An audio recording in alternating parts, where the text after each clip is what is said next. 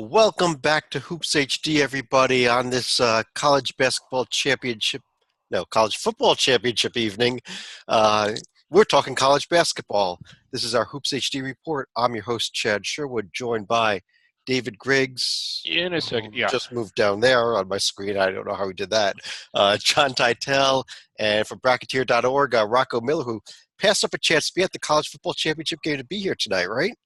I did, yes, and I'm happy to be here. It's much Love better. your priorities. Yeah.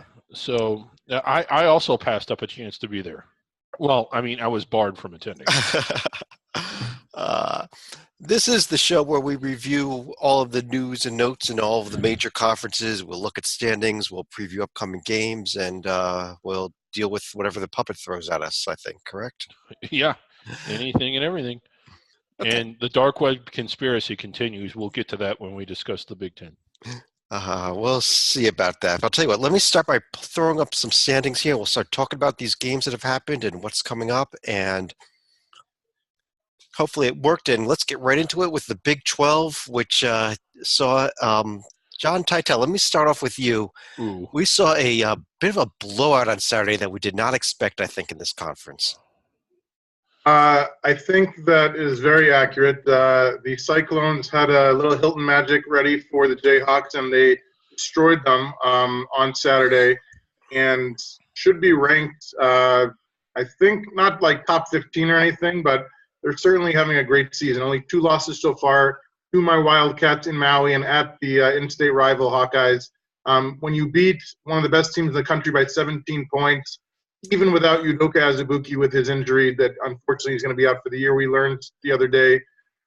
Huge win, but they're only top 50 wins so far, so certainly top on the resume, but they need to buttress that a little more. The key is that they're finally have a full roster. There's health and there's no suspension, so they finally got everybody on the same page.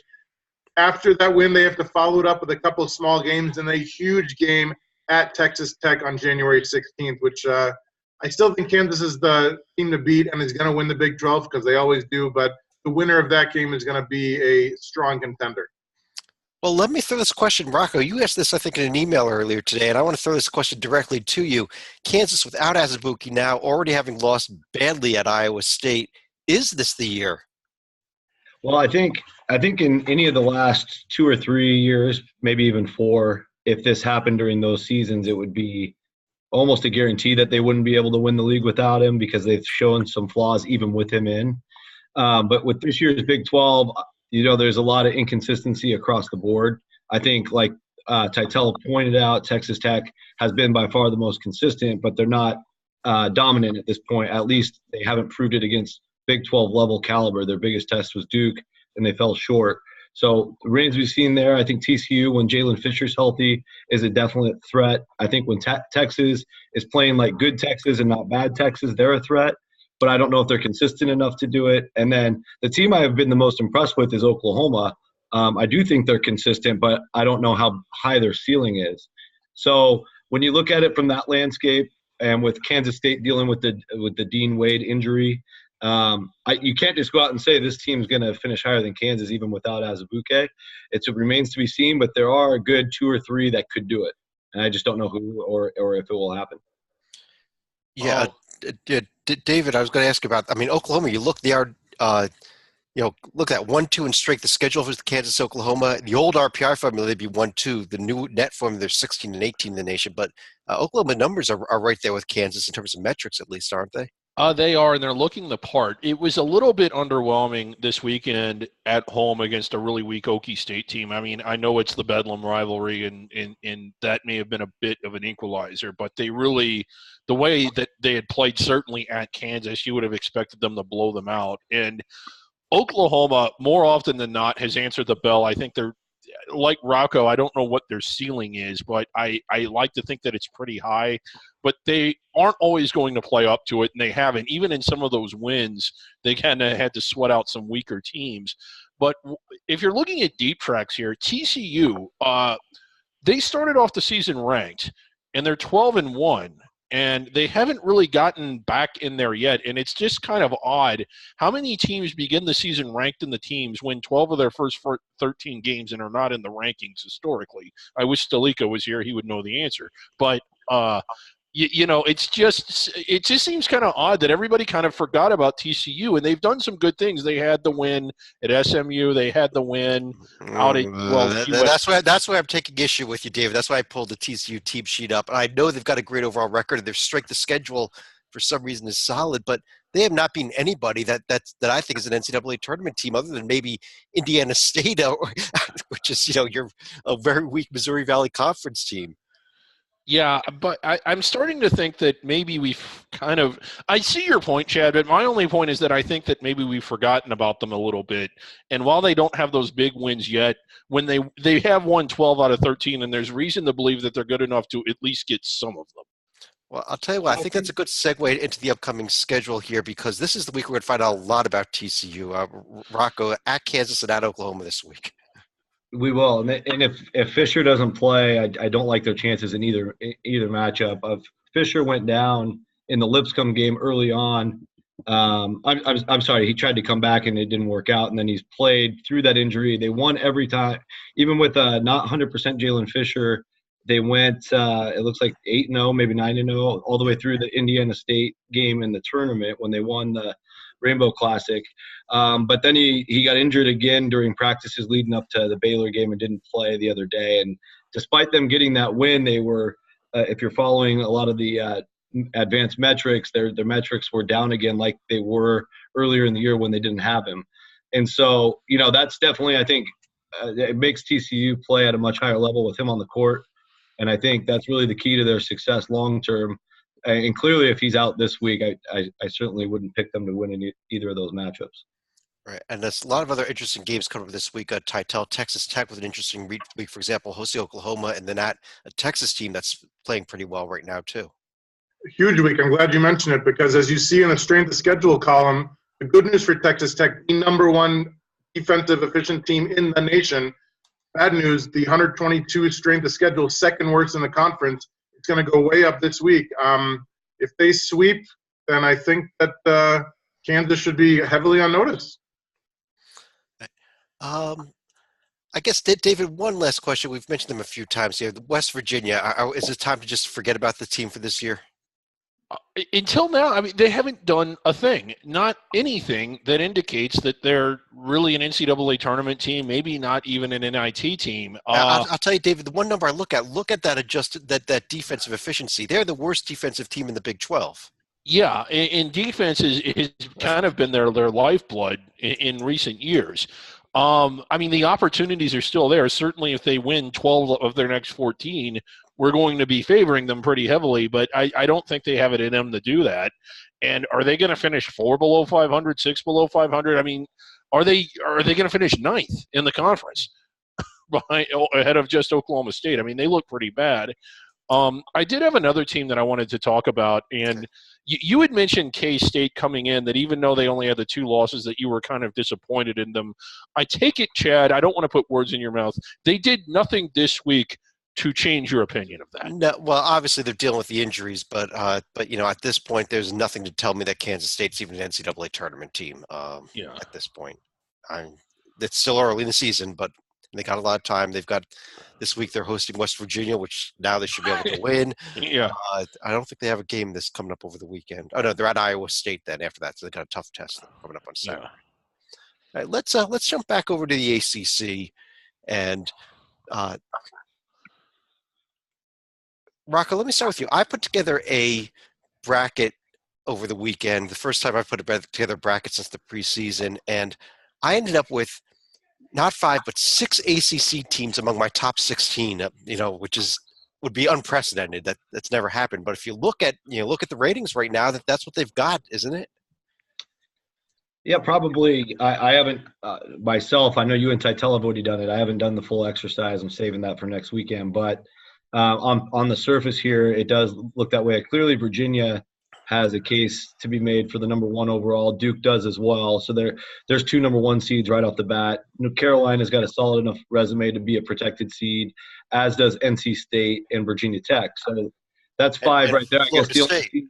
And Florida State, yeah. So Florida State got waxed the other day, but losing to Virginia, that's no harm, no foul for them. So yeah, you could easily put them in protected seed range at this point. Right. Titel, how about this Va Tech team at the top there, though? I know you have some comments on them. It's really an amazing performance by our good friend Buzz, because this is a team. Go Buzz!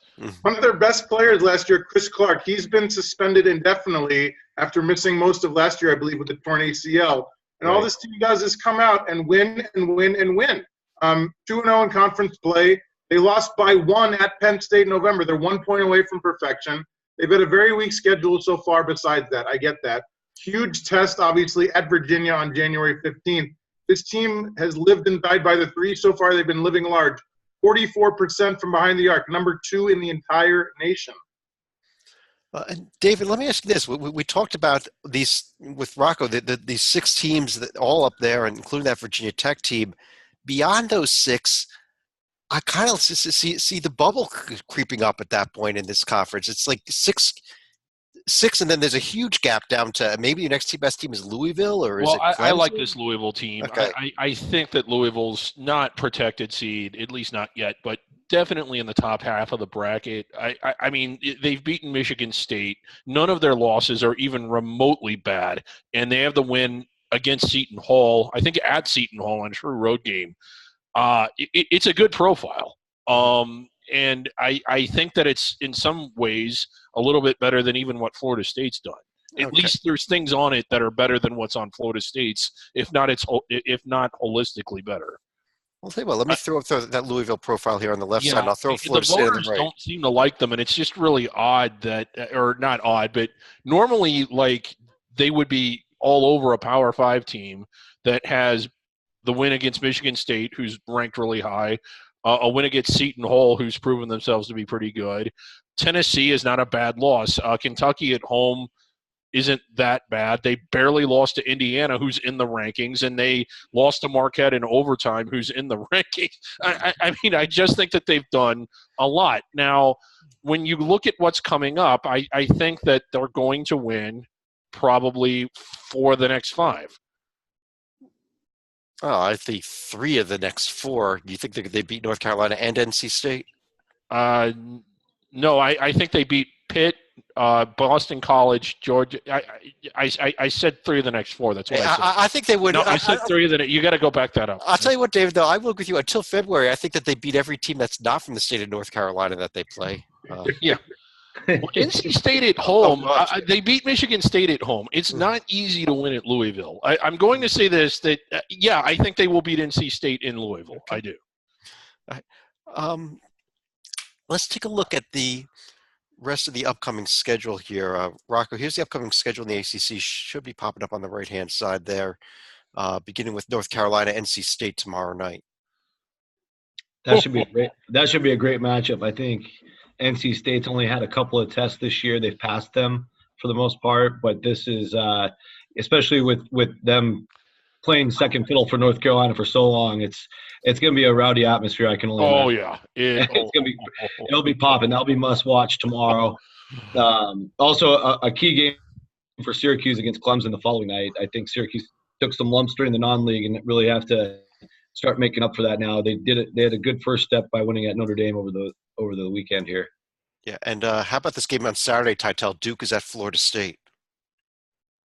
Yeah, I mean, I think that Virginia might have shown Florida State's true colors. It'll be fun to see Zion try to dunk on 7'4" Chris Pumaje just for the sheer optics of it. But I think Duke will have an easy time of it. What's interesting about the University of Clemson this week, tonight they got to face Alabama. Saturday they got to face Tony Bennett in Virginia. Talk about a tough week. Yeah. And go to the Carrier Dome too. And trip to Carrier Dome in between. Yep. Let's jump over to the Big East here. Oh boy, should be coming up on the screen. There it is. And David, let me start with you with the upset from Sunday. That we were praising Seton Hall last week, and then they go to DePaul, and Yeah, and they trailed for most of that game. They fought their way back in it and had a chance to win, but couldn't get it done. And the thing is, DePaul, while improved, is still not going to be in the NIT. Chances are that's a road game that a tournament team, at least a first ballot team, much less one that was as good as we thought Seton Hall was, should be expected to win. Now, Seton Hall will get their scalps. I think it was a setback, not a killer. But, yeah, a rather discouraging loss there. For a league that doesn't really have anybody that's, with the exception of maybe the Johnnies and really not even them, that's done a whole lot of high national significance. I saw your bracket today. What was the highest seed line you had anybody on? I think that I've Marquette. I'm sure it was Marquette. I can't remember the seed line off the top of my head. I don't think you had them as a protected seed, or if you did, they were on the 4 line. Yeah. They were close. And do you happen to remember, Titel, where you had – it's not where we're used to seeing the top of this league land on the seed list. Is that a fair assessment? Where I had which team? Well, anybody, like the highest you had anybody from this. The Big East, I think I have Marquette as a 6 as my highest, and then just below them, Villanova 7, Seton Hall 8, St. John's 8. Yeah, and not to beat up on the Big East, everybody has down years. When was the last at no point in this current format have they not had someone in a protected seed range? That's a little bit historically bad, and certainly going back to the old classic Big East lineup, that was never the case. Actually, David, I just double-checked my bracket. My highest-rated team was actually St. John's, and Titel, that's the team I wanted to ask you about. I know you got a chance to go and see their win at Georgetown, coming off of that, what they did to Marquette the week before. I did. I just posted it a couple hours ago in case anybody wants to read it. Shamori Pons, I really thought, hometown bias, that Jesse Govan was going to be Big East Player of the Year. Now, with apologies to Marcus Howard, who's certainly in the running, I think it's Shamori Pons. The past 2 games, 26 against Marquette, beating them by 20, and then 37 on the road to beat Georgetown in overtime by 3, almost single-handedly. It was a team effort, but he's just unstoppable. He makes threes. He made 4 threes against Marquette, 6 against Georgetown, combined 6 steals over the past 2 games. He does it on both ends of the court. He makes behind-the-back passes, but not for show. Like, he puts them on the money. He really is the best player in the Big East. And the thing is, St. John should have lost the game. They were down 2, and Georgetown had the ball with 15 seconds left in the second half, and then Georgetown blew it. And St. John's pulled away in overtime with Georgetown missing 2 starters. That being said, they're also 2 points away from perfection. The Seton Hall loss on the road December 29th by 2 points. Mullen certainly has the team going in the right direction. I think they're going to be a top 8 seed. I don't know if they're going to get to a top 4 seed, but they got a lot of athletes and not a lot of size, but they can all dunk. They can all hustle on defense, so they're not going to be fun to play against in March. Yeah, you should have listened to me in the preseason when I told you he'd be the player of the year. But David, sure. Go ahead. Yeah. Well, just again, a real impressive job that Mullen's done. When he got there, they were a big mess, and this has been a long work in progress for a guy that didn't have a whole lot of experience coming in. I did want to ask Titel in your coverage of the game how interesting it would have been if suddenly they permitted the coaches to play. You'd have had Mullen and Ewing. I think that would have been kind of fun. It would, although it's weird. Like, they're almost a reflection of their best players in terms of Georgetown's best guys. Govan, like a big center, although he can shoot from the perimeter like Patrick could. And then Pons, obviously, he's more of a point guard, and Mullen was more of a shooting guard. But they can both drain threes, so they actually remind me the coaches remind me of their best players. Yeah, and I gotta admit, I think we were kind of riding Georgetown pretty hard last year, but they're much improved this year. Patrick Ewing, another coach that had not had any head coaching experience anyway, doing a really nice job at Georgetown. Rocco, I've actually got that St. John's profile up on the left, but on the right side of the screen up there, I think another team here, Creighton, that we have not really discussed much this season. Oh, look at the profile. Well, but you look in the bad side, and they have 5 losses. They don't have any bad losses. Yeah, I think so far Creighton's in okay shape, especially with the road win at Providence. The interesting thing about the Big East this year, and you guys have alluded to, is the top is definitely lowered in standard and quality, but the bottom has really come up with DePaul and Georgetown improving. Regardless of where DePaul finishes, they're capable of beating almost every team with a good night, and I think we can all agree on that. They've blown a lot of big leads this year, and even in their losses. And so it's going to be really interesting to see how it shakes out, because I think with all the games still to be played, there's a little bit of ceiling left for teams like St. John's and Creighton and Marquette even, and even Villanova, but there's also a long way to fall if they slip up along the way. So, I think there's probably 4 or 5 bids in there as we speak right now, but it's really going to be interesting to see how this plays out as teams beat up on each other, because I think any given night anybody can beat anybody in this league. Right. David, I'll put the upcoming schedule. What are you circling here? I guess starting with tomorrow night's game, you definitely circle that one. But yeah, Johnny's Nova for sure. Butler has kind of hit the skids, although they had kind of a bounce back game. Just about all of them, because like you said, one of the things I wanted to ask both of our bracket experts, although I think we've kind of answered it already, do you see a protected seed in this conference?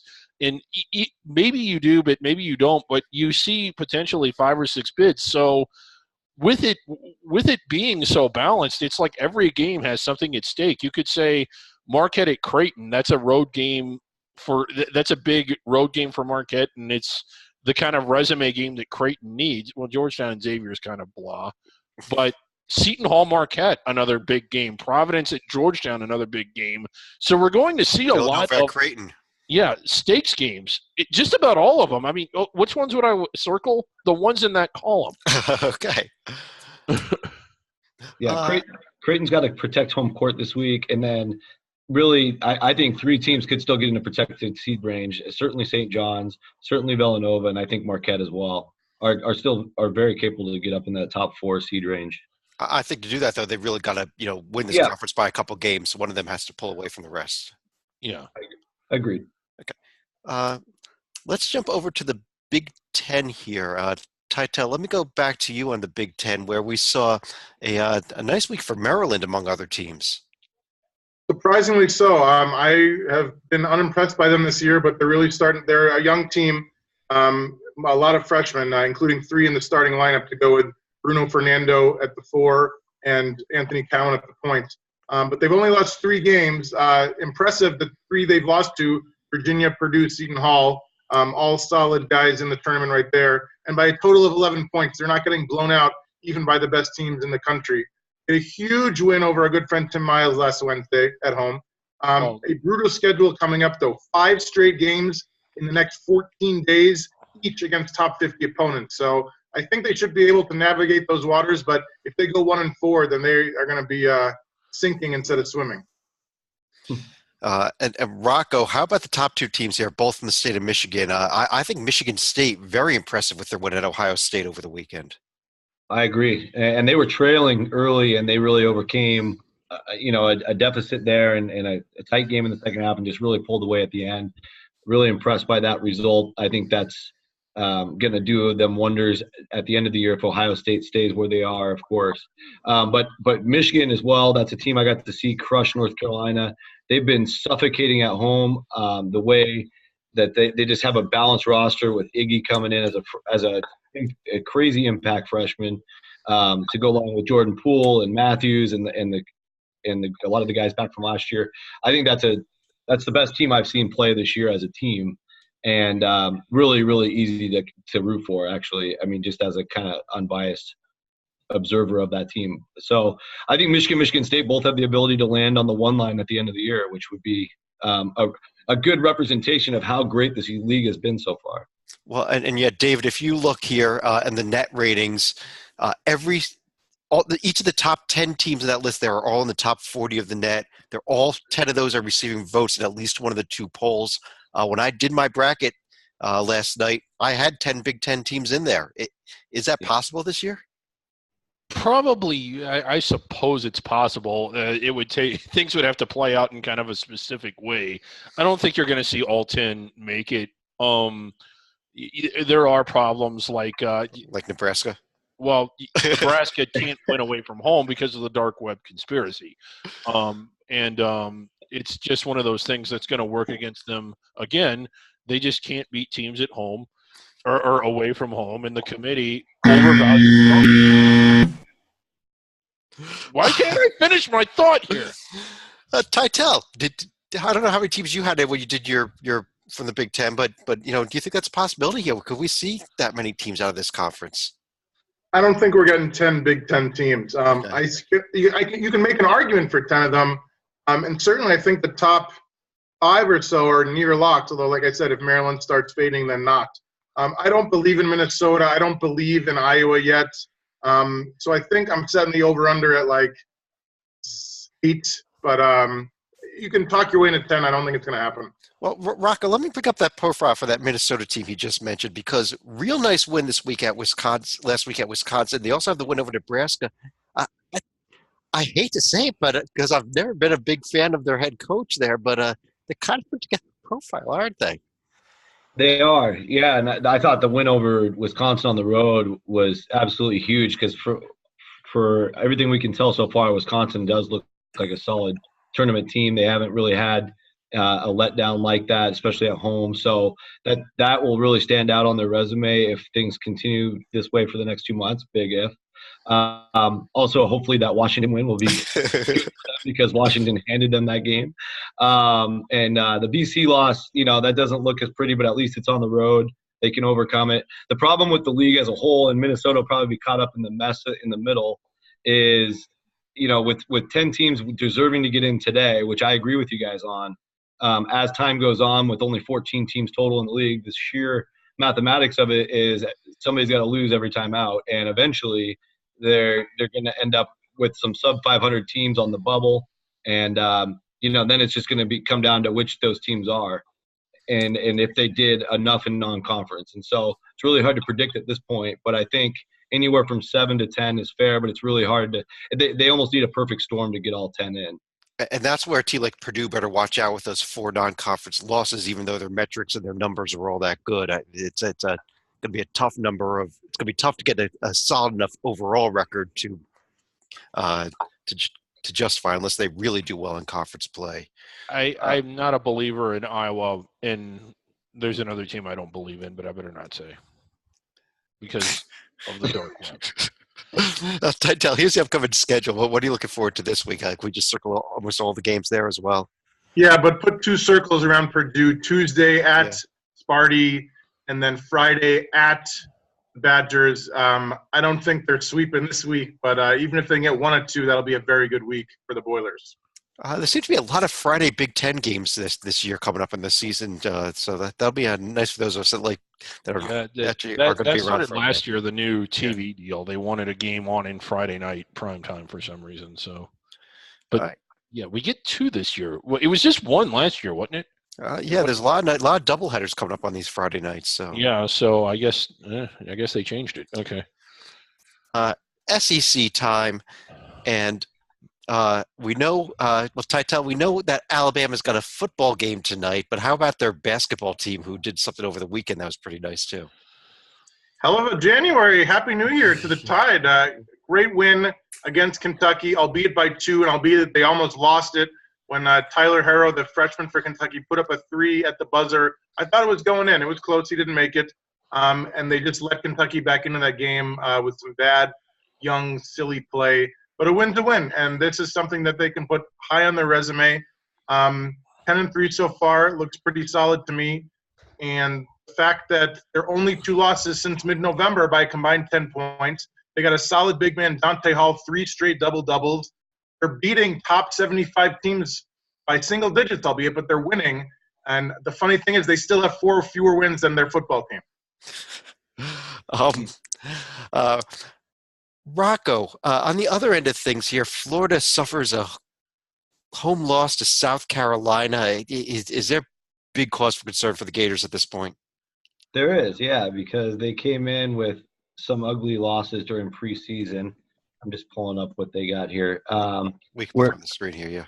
Yeah, where they didn't really lose to bad teams. I think Florida State, Oklahoma, Butler, and Michigan State are all tournament caliber or well into the tournament. But they had that game to start the year at Florida State where they got destroyed. I think they've had some close calls where they squeaked out games throughout the year. So the fact that South Carolina is even hanging with them when the game is in Gainesville is a cause for concern by itself.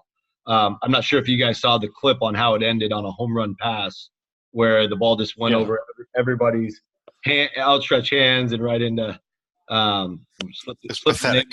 Yeah, it was like a wide open look with 1 second to go to win the game. So This is typical Florida, though. I think last year they lost about 3 or 4 games they shouldn't have, and then won 3 or 4 they shouldn't have, and in the end they ended up on the 6th line.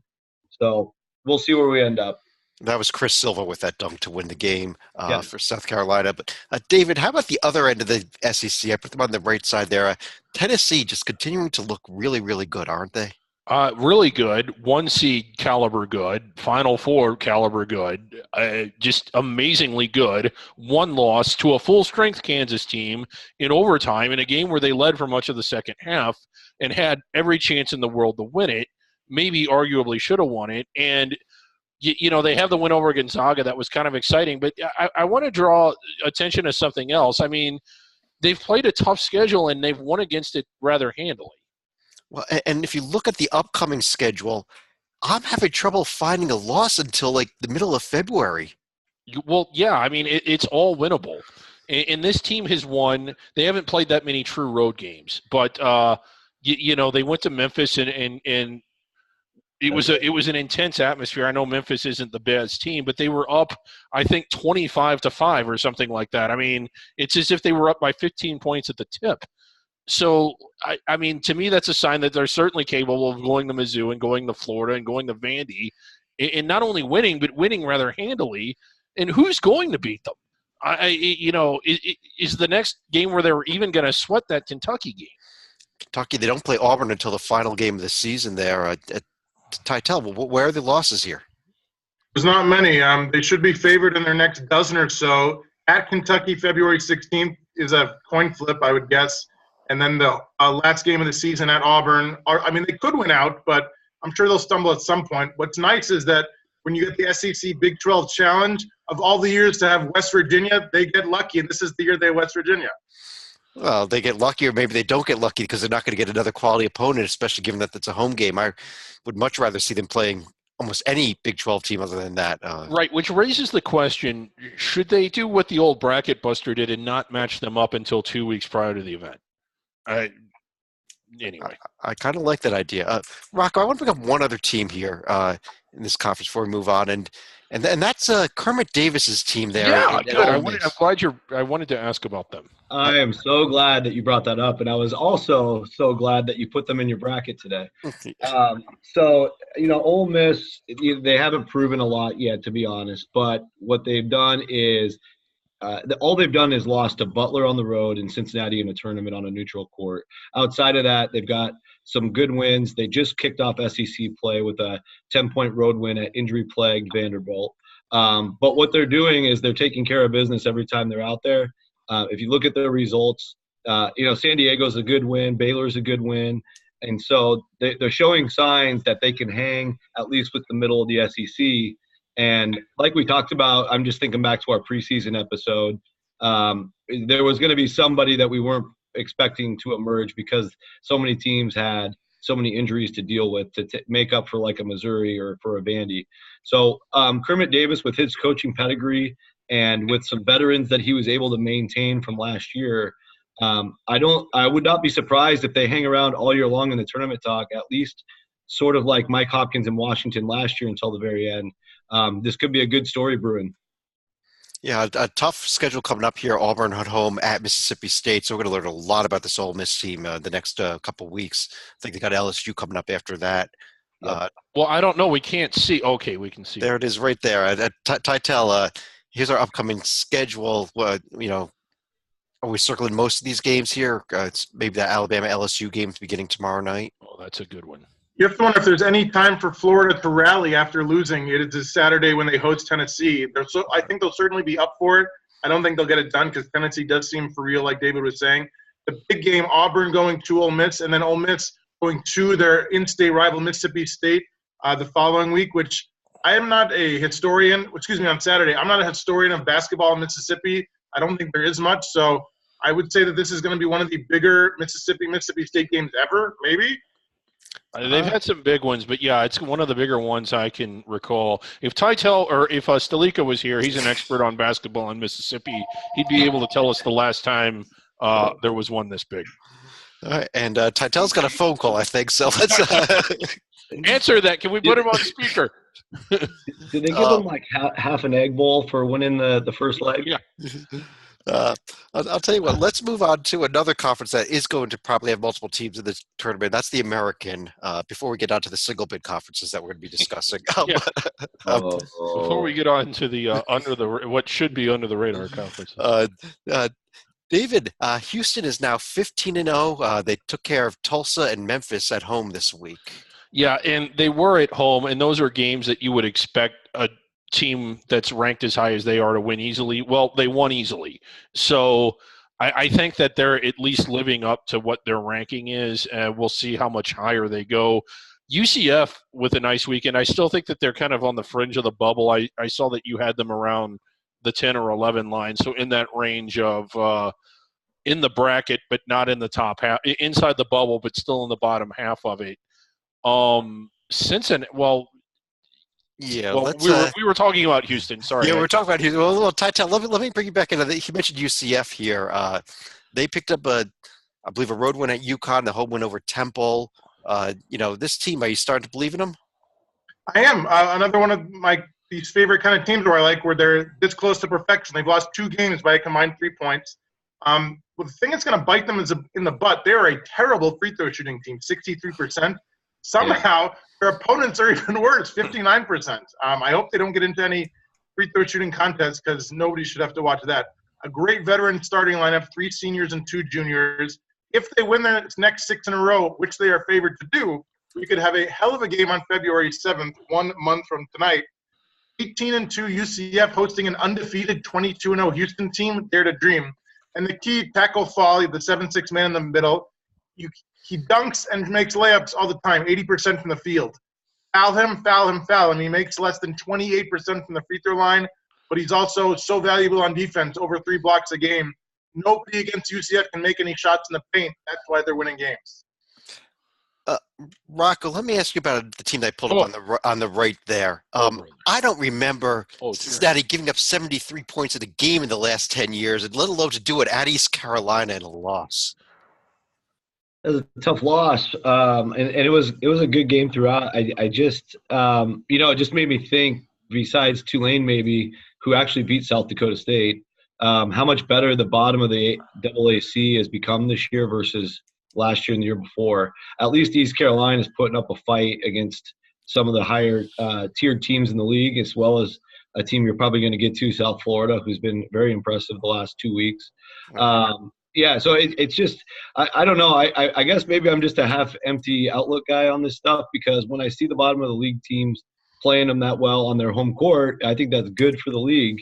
Maybe it's not good for them getting bids, but it's really good basketball to watch when a team like ECU can make Cincinnati sweat. Oh, they beat Cincinnati. I just, I'm concerned with the Cincinnati's an NCAA tournament team now with that loss. I'm not certain that they're – because they're not going to have that many more chances in conference. Yeah, they don't have a lot of wins. Yeah. Right, and I had liked them for most of the year. It's like they lost their opener to Ohio State, but I think we've pretty much decided that Ohio State's pretty good, and they had beaten Xavier, and they'd beaten UCLA, and they'd beaten, like, UNLV and done all this stuff. But, like, as things have sort of progressed – Xavier stinks and UCLA stinks and UNLV really stinks. And, so, those wins seem to have lost some of their glitter when you look at them. They just aren't as good as we thought they were at the time. And you couple that with them going on the road and losing to East Carolina, who stinks, you start to wonder, are they like a solid tournament team? I still think Cincinnati, is going to get there, but they really need to hit the gas, and they really need to string together these wins. Like, they have a Tulsa team who's probably NIT-ish, and they have a Connecticut team and South Florida team that are improved. They basically, when you look at, they need to win 5 of their next 6, I think. They may need to win 6 out of their next 6. Yeah. Because Titel, I don't think there's, besides these 3 teams we just discussed, is there anybody even worth discussing in this conference at this point? The impending retirement of Fran Dunphy as always, but other than that, just waiting to see when Houston's going to lose, if they're going to lose. Yeah. I did kind of want to throw them out there, Chad, just to get everybody's thoughts on Temple. Well, Titel, you thoughts on Temple?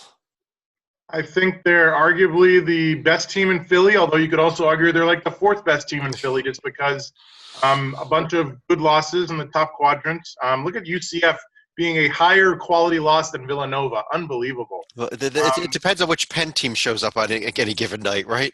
Yeah. Dang. Obviously, most of the meat on their bones are in the lower tiers, but certainly huge game coming up, hosting Houston. We'll see if North Philly is kind to the visitors from Texas. Rocco, I'm going to put the upcoming schedule on the American for this next week on the screen here. I'm not that certain that there's anything really worth circling, but if there are, other than the Houston Temple game that we just mentioned. Yeah, I think, there's not the greatest matchups on paper, but again, I would expect, there could be some sneaky games like South Florida at Temple, especially after Temple playing a big game before that. I'm a little intrigued by the South Florida team that surprised UConn in the opener and then fought Tulsa very tough the other day. And then lost to Citadel. And they lost to the Citadel. But yeah, I mean, some of these teams, like especially East Carolina, South Florida, they have such a losing culture coming into this season that they're finally starting to taste some wins. And so I'm really interested to see what that means for the next couple months. All right. Let's head over to the other surprise game of the weekend here. Titel, let me bring you in on this, where the Nevada Wolfpack went to the pit in New Mexico, and now suddenly something happened, a little change in defensive philosophy there for New Mexico, and something has clicked, hasn't it? It was really like one of the more unbelievable results because it was not close. This isn't a New Mexico team that has like one loss. This is a team that lost to my Quakers at home last month by double digits, and then they destroyed Nevada by 27 points. In fairness, the defense was great. When you have a preseason All-American like Caleb Martin come in, he shoots 2 of 14 from the field. Like, sure, maybe that's got to be some good defense or the altitude or the pit or who knows what. But I think that if Nevada plays this team 10 times, they win a lot more than 5 out of 10. Great size by the Lobos. 4 starters, 6'7" or taller. Kind of the opposite of St. John's off the top of my head. And the point guard, the one guy who's not 6'7", Anthony Mathis, amazing free throw shooter and three-point shooter. 42% from behind the arc, 89% from the line. If you foul the guy or give him an open three, he is going to kill you. Well, if you look at New Mexico, actually, one of the interesting things that I heard about them, the last 4 games, starting with that Penn game, actually, they went from man-to-man to a zone defense. They've been giving up over 80 points a game man-to-man. They've cut 20 points off of that since they switched to the zone. And other than the Penn loss, which was their first game in the zone, they beat a non-D1 team. They won at Air Force, and now they beat Nevada. So, maybe this team actually makes some noise during conference play, too, for all we know. This is a little preposterous because take that Nevada loss off of that, and that's what their profile looked like going into this game. It was just really bad. And look at the scores. My God, they were getting blown off of the planet by teams that really aren't very good. Look how much points they were giving. They were giving up 80 to 100 points a game, and now they're giving up 60 points a game. Right. So it was really surprising. And you might recall last year, I couldn't believe I had forgotten this, but I was reminded of it by someone on Twitter. If you're watching and I forgot who you are, I'm sorry. Was Nevada trying to break last year's record of falling down by 25 at the pit and coming back and winning? I mean, was that what they were attempting to do? Rocco, any cause for concern for the Wolfpack, or was this just a blip? Well, I think it just shows what we've kind of assumed but didn't want to believe throughout the non-conference play, which was Nevada is not dominant from start to finish, and they weren't last year either. I mean, if you remember their tournament wins, the Cincinnati game, they were in the hole huge. 22. 22, right. And they made a huge comeback and won. They were in the hole in the first round against Texas. They were in the hole more than 2 or 3 times here in the non-conference. So their style is to just kind of waiting for their chance to strike and wear teams down. And then in this game, it never came, their opportunity. So, I think they'll probably land somewhere around 15-3, 16-2, but that was my hesitation to ever say they would run through this league. 'Cause there's a lot of tough road trips in this league, New Mexico being at the top of that list. Yeah, if I'm not mistaken, didn't UNLV blow them out by more than 20 in the conference tournament last year in the quarterfinals? Maybe It was San Diego State. it was San Diego State. I'm sorry. Okay, maybe they just lose a couple games every year by about 20 points. I don't know. Maybe it's just a precondition of theirs. Well, there's the upcoming schedule for the Mountain West on the right there. They are hosting San Jose State in a bye game against a non-D1 team on Wednesday night, and then they're at Fresno State on Saturday, which that could be a bit of a challenge. Although Fresno State dealing with injuries has put up a solid record at least. Mm-hmm.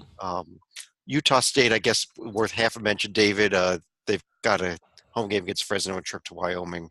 Yeah, that home game against Fresno is big. They really need to win that one. Well, they really need to win them all. Let's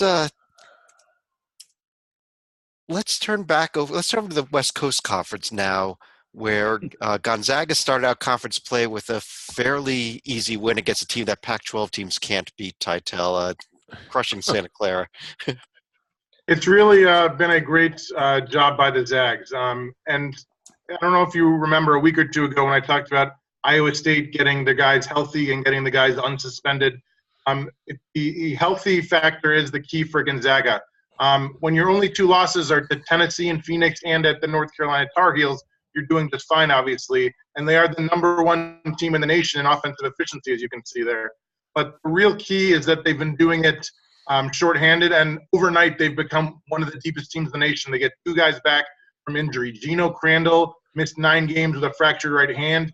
Killian Tilly missed 15 games after ankle surgery. Now that they're healthy and back, they're favored to win not just every game, but every regular season game by 5 or more points. And I think they're going to do that. I know that San Francisco is legit, and I wouldn't sleep on Loyola or San Diego and St. Mary's. That's obviously the big rivalry game in this conference. But I think Gonzaga at full strength is head and shoulders above the rest of this conference. And BYU always gives them a game too, but sorry, David, go ahead. Well, I completely agree. They were excellent without those two players. They're even better with them.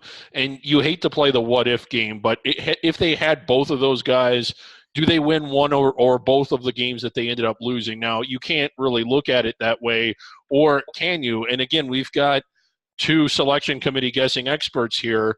If Gonzaga wins out, which I am actually expecting them to do, what do you do with them? Like, don't you have to kind of put them on the one line? I think it's going to be more about this. This will be a much different year for Gonzaga, because if you sweep St. Mary's, you sweep San Diego, you sweep San Francisco, and you sweep BYU, those are going to be like 8 or 10 impressive wins, at least the road ones, because all those teams are not outside of the top 100 anymore. They're to me quality teams that should stay. And so I think if they win out, it's just going to be a matter of how many losses the teams from the big conferences, like your Michigan States and your Tennessees, that's going to be the difference between Gonzaga landing on a 2 or a 1 if they do win out. Well, Rocco, let me stick with you for a second here. I put that Gonzaga profile coming up right here on the left, but on the right, what about the Dons? A nice home win over St. Mary's, but is there a chance for this team to make it into the field also? I love the Dons, but I'm just going to say, unfortunately, they couldn't get the big Buffalo win. That was a great game. And then playing down at Santa Barbara is like a place nobody goes during non-league play. They had the guts to do it and unfortunately got bit. But that was another great game. Those are the only 2 losses. Everything else that's very coming. Poor broadcast, but a great game. It was. I actually was only an hour away, and I was tempted to drive over. I unfortunately couldn't do it. But that's how bad I was 4 time zones away. The broadcast was so bad, I was tempted to drive over. If you would have gone, I would have been there. But in all seriousness, I think the San Francisco team's a quality team. In fact, here locally, there's a lot of jokes going around. If San Francisco was in the Pac-12, would they win the league? Yes. And that's a fun question to throw out there. Let's I'll do a quick look at the upcoming schedule here in the West Coast Conference before we move on. And they've got Gonzaga's hosting Pacific, and then they're at the huge game at San Francisco coming up Saturday. Yeah. To circle that game. If San Fran can get that win, I think that we can talk about them. It's been sold out, Chad, for over 6 weeks. It's the most exciting San Francisco home game since I don't know when. But Bill Russell. Saga every This is year. Bill Russell. There we go. Since all of us have been alive. Let's we've got to do it at some point here, Titel. I'm gonna switch to it. I've been avoiding it, but the single bid league known as the Pac-12. Your Wildcats are number one on the list there. Your thoughts on this conference and these and what it's doing at this point? I mean, the fact that like we had talked about Colorado as like as short as a week or two ago as being like the best team in this conference, and now they're like overnight one of the worst teams in the conference. Arizona lucky to beat 2-0 this week. They had to go to overtime to beat the Utes and in Tucson. ASU continues to slide with a split week. Somehow the California schools went 2-0 this week only because they're playing the Bay Area schools. I don't know if UCLA is going to be able to rebound after firing Alford, but the fact is they're 2 wins. They're 2-0 since firing him on New Year's Eve. They've won each game by 15 points or more, but that's because they've been playing Stanford and Cal. Their next 3 are on the road. We'll see what they're made of.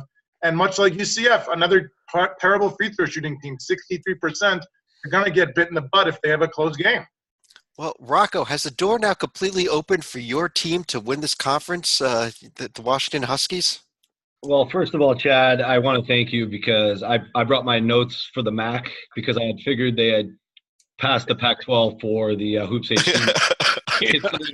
they might have a better chance of getting 2 bids.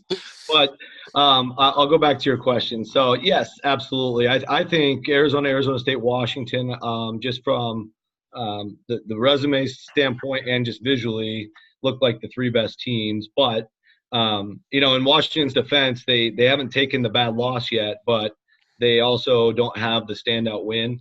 And unfortunately, for Washington State's sake as well, they only play the Arizona schools once each, and those will both be on the road in early February. And so they're going to have to at least split that trip.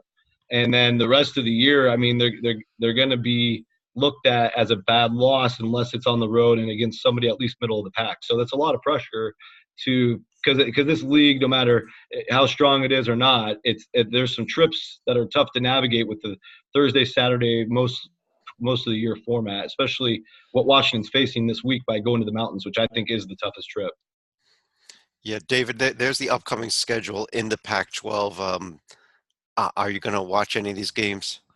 Probably, but Washington at Utah maybe. Generally, these games are on late at night when there's not really much else on, so you end up watching them. But I am not looking forward to any of these games. Let's take a look at one more conference here, the Atlantic 10. Let's look at this a little bit, yeah. Okay, David, the Atlantic 10 is there. Actually, Titel, let me start with you. We got a team 2-0 now, George Mason. We liked them before the season. Yes. And they've got a hell of a strength and conditioning coach, by the way. That's your boy, Hamby. Yeah. This is a terrible team. They were 2-5 to start the season, losing at home to my Quakers, for God's sake. But a nice start to conference play, 2-0, a pair of wins of 15 or more points. However, they've been doing this without Jair Greer, one of their best senior players, still out due to a foot injury. I don't know when he's coming back. The schedule is also pathetic. They've not beaten a top 100 team. They get to host one on Wednesday when Davidson comes to town, the defending conference champs. And a very small lineup. Unlike some of the taller lineups we've mentioned, nobody in the starting lineup taller than 6'7". So if they have to face a big man, I think they're in trouble. But when you don't play any top 100 teams, you don't have to worry about that, I guess. I'll tell you that last week there were 4 teams I was probably looking at with a shot to win this. George Mason was not one of them. I was looking at St. Louis, VCU, Dayton. St. Joe's was the other one. Rocco, they had not only losing to George Mason, but then losing at home to George Washington. I'm done with Phil Martelli's squad at this point. But who is the best team in this conference at this point? Yeah, I think there's 3 that stand out, being VCU, St. Louis, and Dayton. But just from watching the VCU Virginia game and seeing what VCU has been doing to other competition, I think VCU is the clear favorite right now in my book. I would have to agree with that. And I think as bad as this league is, I think that if one of those three, and maybe four, if Davidson somehow gets it together, but if SLU, VCU, or Dayton runs away from the conference, and I think it's a 16-team format, or is it 18 now? Like if they go 16-2, 15-3, 18. I think that's going to be good enough to get them onto the 10 or 11. And so you think it could be a two-bid league if they get upset in the conference tournament then? I do. Okay. Now, again, there is almost no margin for error, and they do have to run away from the league, and they can't lose to anybody bad, and they have to beat some of the teams that are good. But I think it's possible. I'll tell you this: like we look at VCU, the number 10 strength of schedule in the nation. Those are things that will help that team if they can. Yeah, and their net hovering around 46. You got to figure that would go up if they continue to inflate their bloat out their record, and they can pick up a few more. God, what a horrible league! But actually, before I move on to one of the teams, let's take a quick look at the upcoming schedule here. Not that it really matters in the A-10, but yeah, the storyline for this conference, and you kind of feel like you're repeating yourself when you're writing up these games every day. Those three teams need to basically win out. I guess we got a circle of maybe VCU at Davidson is the best game of the week. I think it is, and if they get that one on the road, I think it's going to help them. Yeah. Best game of the week is going to be Dayton at GW on Wednesday because I'll be there. Come on. Oh, there we go. Dayton at GW. Could GW win their second straight? That would be if they do, then we can scratch Dayton off of that list of three. Rocco, since you have your Mac notes with you, I'm going to pull up the one other top 25 team here. Just give it a second to load. But Buffalo Bulls are now 13-1 overall in the Mid-American Conference there. How about them, and how about their game coming up this week? Awesome team, fun to watch. I've gotten to the point where I've recorded every one of their games for the last 6 or 7. Just can't get enough of the Bulls. I think I still don't know if they can get through this league undefeated, if that's the next question. But I think they're clearly a tournament team, and if for any reason they got left out of the tournament, it would be a crime. It would be, yeah. Because I think I look at some of the other teams in the top 20 just from a caliber of basketball and how this team moves the ball. It's very unique, their style of play and the way they defend as well. And just look at all the road wins already. I mean, they've got 6 road wins. It's by far the most. They have the highest caliber of net wins of anybody in the country. That, of course, will get surpassed once conference gets fully ramped up. But I think they've done clearly enough, and it would take a total meltdown like of Western Kentucky proportions to blow this. Yeah. David, there's 3 games I think we got circled. It's one of them is this week hosting Toledo, February 16th at Toledo, and then the game January 29th against Ball State, who just went and beat Toledo. So, right, and don't forget about Kent State, who also kind of barfed over the weekend in this league. We'll get more of that on under the radar, but I just can't agree more than with what Rocco said. I mean, look at this profile. It is clearly, if you're using the paper as an indicator of how good a team is, I know that their league is weaker than the power leagues and that they're not going to get as many chances, but they're batting virtually 1,000 in the chances they did get, and it wasn't as if they didn't play anybody. Yeah, well, you look at something like here, like non-conference strength of schedule was 6. You can always see a difference between that and their regular overall strength of schedule of 30 points after just one conference game, and that's where their overall strength of schedule is going to take a hit way down into the the 150s or so by the end of the day, I bet. Right, and it was infuriating in the past when a team like Middle Tennessee, who ultimately did get in but got in via the automatic bid, had the 14th strongest out-of-conference strength of schedule and was still put on the 12 line outside the bubble. We talked with David Warlock before the season. He seemed to say that he was aware of it, and that was one of the things the new metric was supposed to address. But that is a tournament team. No matter how you measure it, it is. You're an idiot if you don't think so. Tata, where'd you have them on your last seed list? Buffalo, I have them currently in the 7th slot. I could easily bump them up to 6 because they're going to keep winning and winning, I think. Mm-hmm. Even though Toledo is legit. I don't think they're going to end up as a top 4 seed. I've seen them all over the board, anywhere from 3 to 11. So it's a huge range just because nobody knows what to do with this team. They're a small conference team, but they beat my Wildcats last March. They're beating Syracuse on the road. They're beating West Virginia on the road. They're only lost to a solid Marquette team. I think they're going to hover around the 5, 6, 7 range because I think they're going to continue to win. I don't think they can get into the top 4. No, I agree with you. I just don't know that it's possible to get in the top 4 short of going undefeated over, which they can't do here. Yeah. And then let me pull this down here. Let's run through each of you for any other final thoughts on the evening. And Tytel, let me start with you. So I know we always focus on the men because that's the game we love, but I need to give a little shout out to the women as Baylor beat UConn 68-57 in basketball last Thursday. The reason this is significant is because it never, ever, ever happened. So UConn had not lost since the Final Four last March when they were 36-0 and lost by 2. Last time they lost in the regular season, you have to go back to 2014. They lost also by 2 in overtime at Stanford, and all they did was win the next 37 in a row, including the national title game. To find the last time they lost by double digits, you got to go back to 2012 when they lost to Notre Dame by 13 points somehow in Stores.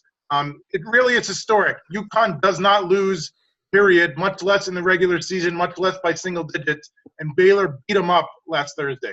One of these days we have to have a long conversation over whether or not that what UConn's women's team does is good or not for the women's game. Well, is it time to start heating up Gino's seat?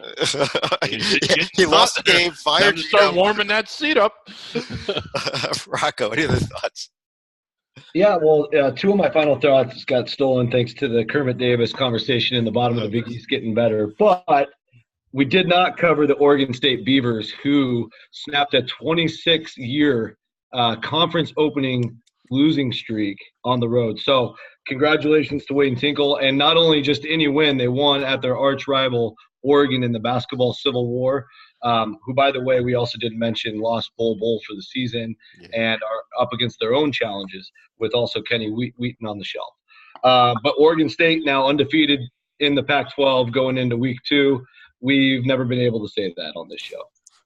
Never be able to say that, I think, ever. But David, let me let you finish things out. Okay, and I would just like to share my final thought. Andy? Yes, that is all. Andy's coming Okay. up. Well, I guess on whatever that note was, I'd want to thank everyone for joining us. I'm Chad Sherwood, John Tytel from Bracketeer.org. We had Rocco Miller, David Griggs. This has been the Hoops HD Report. We'll be back again later this week for an Under the Radar, and I think we're going to start our bracket rundown shows on Thursday. We are, nights, so. I believe. Yeah, we're starting the bracket rundown show on Thursday, so get pumped for that. I don't know if we've decided on a format yet, or did we? Well, we'll figure one out. We'll figure Make it up. We'll make it up as we go along. We have several different formats. They're all fantastic. So on that note, though, have a great evening, everyone, and we'll talk to you again real soon.